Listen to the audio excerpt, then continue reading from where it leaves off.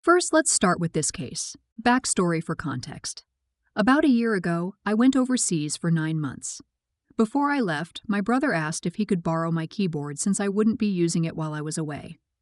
I agreed, packed it up for him, and dropped it off at his house. When I returned home a little over a month ago, I asked my brother to bring the keyboard back. Over the course of the following month, I reminded him more than 5 times. His responses ranged from, "I can't today," to "next time I come over," and sometimes he didn't respond at all. He even visited my house multiple times during that period, but never brought the keyboard with him.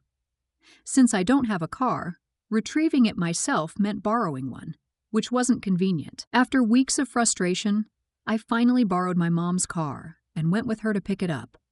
When we arrived, the keyboard wasn't even packed back into the box, and he acted like he was doing me a favor by giving it back. Once I had the keyboard, I told him not to ask me for any favors until he apologized for the whole ordeal. Fast forward to today, my brother asked me to help him move some furniture. I declined. When he pushed for a reason, I reminded him about the incident with the keyboard. His response was, "Fine, but if you're not going to help me, then don't expect me to help you in the future," followed by some colorful insults. I pointed out the irony of his statement, given how he handled returning my keyboard. That's when my mom chimed in, saying I was being petty and holding a grudge. Both my brother and mom said, "It's just a keyboard. Get over it." However, for me, it's not about the keyboard itself. It's about the disrespect. I told my brother that I would help him with his next favor if he simply apologized, but he still refuses to do so. Let's start judging. You're not in the wrong. Plus, an apology isn't enough. He refused to give your property back and treated you with contempt. What you're now doing is not holding a grudge, it's payback in kind. Now that you've seen how he pays you back after you do him a favor, i.e. the keyboard, there should be no future favors. He's shown you what he is. Believe him. You're not in the wrong, but it might be time to just let this one go. Definitely, your brother dropped the ball by not making even the minimum effort to return the keyboard, which is frustrating when people don't respect your stuff. But holding out for an apology might just drag this out longer than necessary. He handled it poorly, no doubt, but he's still your brother. You might consider telling him directly that his effort was lacking, and make it clear that you won't be going out of your way for him in the future if this is how he acts. It's about setting boundaries more than getting an apology. Sometimes showing the consequences is more effective than demanding a sorry, which should come naturally if he realizes his mistake. You're not in the wrong. I don't think your parents understand how disrespectful he was of you. Ask them, so I'm supposed to get over being called, and let them know exactly what he called you. When you finish and they are all upset, say, "Get over it." Maybe then they'd understand. Next up, I, 32-year-old female, live in New York City and recently moved into a small building with 3 stories and a total of 6 apartments. My apartment is a ground floor unit. Since I moved in, a neighbor, 40-year-old female and 40-year-old male, has been storing their large stroller directly in front of my front door. This creates a problem every time I need to enter or leave my apartment. Additionally, it violates the city's fire code and is explicitly forbidden in the building's lease agreement. The stroller is left there daily unless their child, 3M, insists on walking. One day, when I heard them leaving it there, I introduced myself and politely explained that leaving the stroller in front of my door was causing issues and was against fire code. I asked them to stop storing it there. The woman, 40F, responded by offering excuses about living on the 3rd floor, while the man, 40M, raised his voice at me, even though I was holding my infant daughter at the time. As a compromise, the woman said she would fold the stroller when leaving it in front of my door. However, as time went on, the stroller was never folded, and it continued to block my door. Since it was both a fire code violation and prohibited by the lease, I decided to contact property management to help resolve the issue. My only goal was to ensure I could safely access my apartment. The day property management enforced the rule, the 40F neighbor rang my doorbell. Instead of speaking to me directly, she put her mother on speakerphone. Her mother proceeded to berate me, insisting that I should have spoken to them first, ignoring the fact that I had already done so. The mother also made a vague threat, saying I had complained about the wrong people. I was stunned by this bizarre confrontation and could only insist that no one has the right to break fire code. I find their behavior baffling. I've never had issues with neighbors before, and I didn't expect this kind of reaction. While I understand their situation, I also have a young child.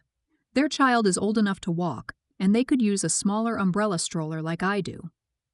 All I wanted was unobstructed access to my front door. Am I the bad guy here? I appreciate the outside perspective. I didn't think I was in the wrong, but I tend to have hardcore people-pleasing tendencies, and seeing how my actions upset others made me doubt myself. The reason I engaged with the mother on the phone at all is strange. The 40F neighbor has an unusual way of speaking, and I couldn't tell if it was an accent or something else. When she put her mother on speakerphone, I briefly wondered if she might be deaf and needed someone to speak for her. I felt bad, thinking I might have made a deaf person feel victimized. However, it quickly became clear that she wasn't deaf. Her mother was on speakerphone without video, and the neighbor had no trouble following the conversation. It seemed like the call wasn't meant to facilitate communication, but rather to express as much anger as possible. Despite the confrontation, I have made every effort to be polite and respectful. It's been a bizarre situation, and I'm still reeling from how messy it all turned out. Let's start judging. You're not in the wrong. The Getting Mom on the phone tells you all you need to know about the maturity of a 40-year-old person. You're not in the wrong. But I would consider telling the property manager you've been threatened. Of cousin, that could escalate and make things worse. But you are being bullied. I'd try to get out of the lease and move. You're not in the wrong. I thought maybe they lived next door and didn't have space inside. No, they live upstairs and don't take it up. I'd have put it on the street. It wouldn't be there long. Next up, I really love my sister. Before she got involved with drugs, she was the best sister in the world. When we were little, we pretended we were Elsa and Anna. We used to play video games and travel together. She would even break me out of school so we could get games on their release dates. She was incredibly good at all the games. It was amazing. Once, we even drove to Arizona just for in and out. But then she got involved with drugs, and the sister I knew slowly faded away. She started spending all her time with her friends, and whenever we went out, I ended up paying for almost everything. At first I didn't mind, but it became an every-time thing, and soon I needed to save money for college. When I started college, she became hostile toward me. My brother said it was because she was jealous that I was in school. I tried encouraging her to go to college too, telling her she could do it, that it wasn't that hard, and that I would help her with the paperwork, but she wasn't interested. Eventually, we drifted apart.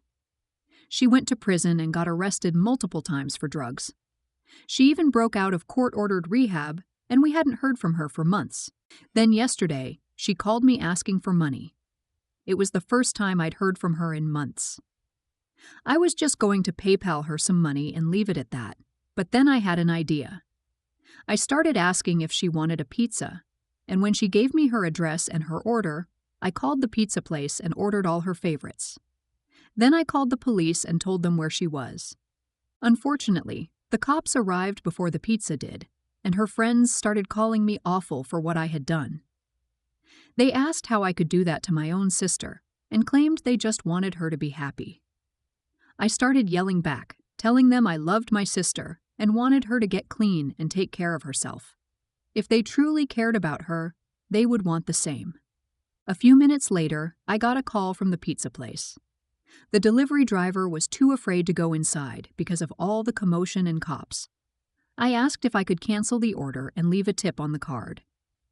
My family members have all told me they're glad I did this because we were all worried we might get a call one day saying she had died. However, when I told my friends, they said I was an idiot and should have just given her the pizza and looked the other way. Am I in the wrong? Update. I did not send the pizza guy to a meth house. She was staying at a hotel, and I sent the pizza to her hotel room. I wanted to feed her before she got arrested, and in my experience, the pizza usually arrives before the cops. I tipped the driver $20, and after class, I went back and tipped him another $20. Update 2. Here are a few clarifications. No, this isn't fake. I wish it were. I genuinely wish it was fake because I still feel awful about it, even though I don't regret my decision. Yes, we used to play Frozen together as kids. I have pictures to prove it. I don't understand why that's so hard to believe. After class yesterday, I went to the pizza place and spoke to the manager. I explained what happened and asked if I could pay for the undelivered pizza. The manager said the order was marked as undeliverable and canceled, so I didn't need to worry about it. I gave the total amount as a tip instead. I also spoke to the delivery driver, who told me he never left his car because he saw the police and called his manager. I was relieved to hear that he didn't approach the situation. I gave him an extra $20 and apologized, explaining that I didn't mean to put him in a dangerous situation. While I knew my sister wasn't dangerous, all the driver saw were people involved with drugs. I didn't give my sister a criminal record. She already had one. All I did was turn her in because I love her and want her to be safe. Why did I turn her in? A few days ago, the police found a body and were asking for public assistance in identifying it. All I could think about was how I hoped it wasn't my sister. I turned her in because I love her and I want her to be safe. Final update. Thank you all for your kind words. I've spoken to several family members, all of whom have told me that I did the right thing. One family member, who is a recovering meth addict, said she would forgive her sister if she had done something similar to save her life. I now realize that I felt bad because my sister was in jail, but seeing that she is safe and getting help makes me feel better about my decision. Hopefully, this will lead her to make better choices and work towards sobriety. Thank you all once again for your support.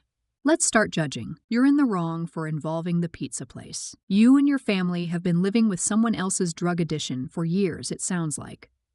Not sure you had any other option here. Your sis didn't call you for a sisterly chat or get together. She accepted the pizza because it opened a door to the possibility that she could then hit you up for money for drugs. Having skipped out on court-ordered drug rehab, it is likely she will now go straight to prison. I know that this can vary depending on where you live, but for now, she is alive and safe, or as safe as one can be in prison. She had the option of drug rehab, something many people are on wait lists for, and she chose to refuse it. These are life consequences that she will have to accept. Sadly, though, drug addicts do not think the same way as non-addicts. Have a 15-year drug addict in my family, opioids. It is heartbreaking to watch the decline of a talented and loving person descend into addiction. Every time the front door knocks, my first thought is that it is the police to tell me that he was found dead somewhere.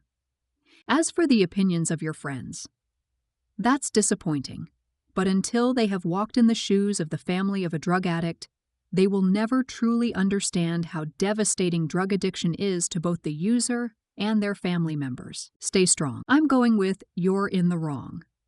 You have probably destroyed any relationship you had or will have with your sister. Seriously, no matter how her life turns out, she will never trust you again. You will always be known as the sister that called the police and got her arrested for leaving rehab.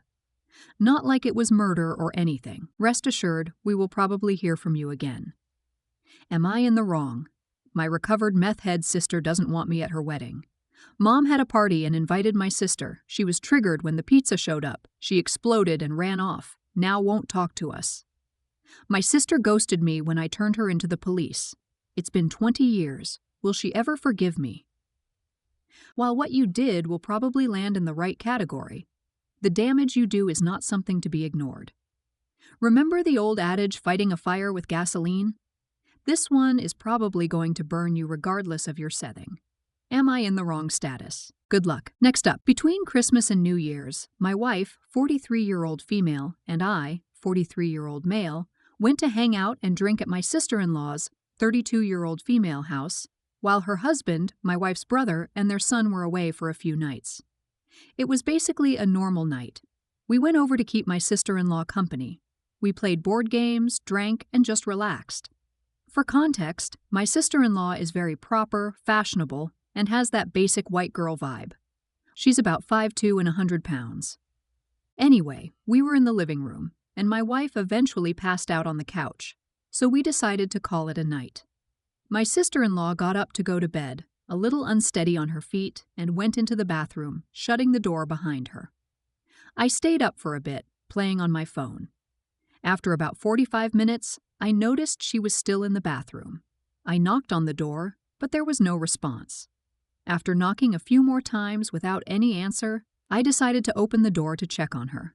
That's when I found her. Apparently, she's a naked pooper and had passed out while on the toilet. She had fallen off the toilet onto the floor, and at some point she had vomited all over herself. So, I was left standing there with a completely naked woman who was covered in puke, poop, and pee.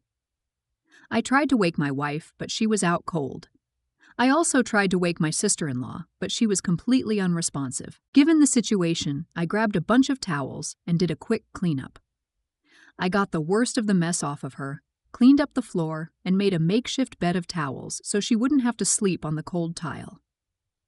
I propped her head up with a folded towel as a pillow and covered her with a large fluffy towel as a blanket. Here's where things got tricky. The next day, my sister-in-law was mad at me for letting her lay in puke and poop all night. She said I should have picked her up, put her in the tub, and bathed her. My reasoning was that she was passed out drunk, and I didn't think she would want me touching her intimate areas. Her response was that, since I have a wife and daughter, I've obviously seen a vagina before and know how to clean one. She pointed out that at only 100 pounds, it would have been easy for me to move her and clean her up properly. My wife sided with me, saying I did the right thing under the circumstances. However, other women have said I should have cleaned her better. Now I'm left wondering if I was wrong. Am I an idiot for not cleaning her more thoroughly? Personally, I wouldn't want someone touching me while I'm passed out, but maybe I handled this wrong. Let's start judging. Speaking as a woman, you're not in the wrong. No freaking way. Could you imagine the implications if you'd bathed a semi-comatose woman on your own?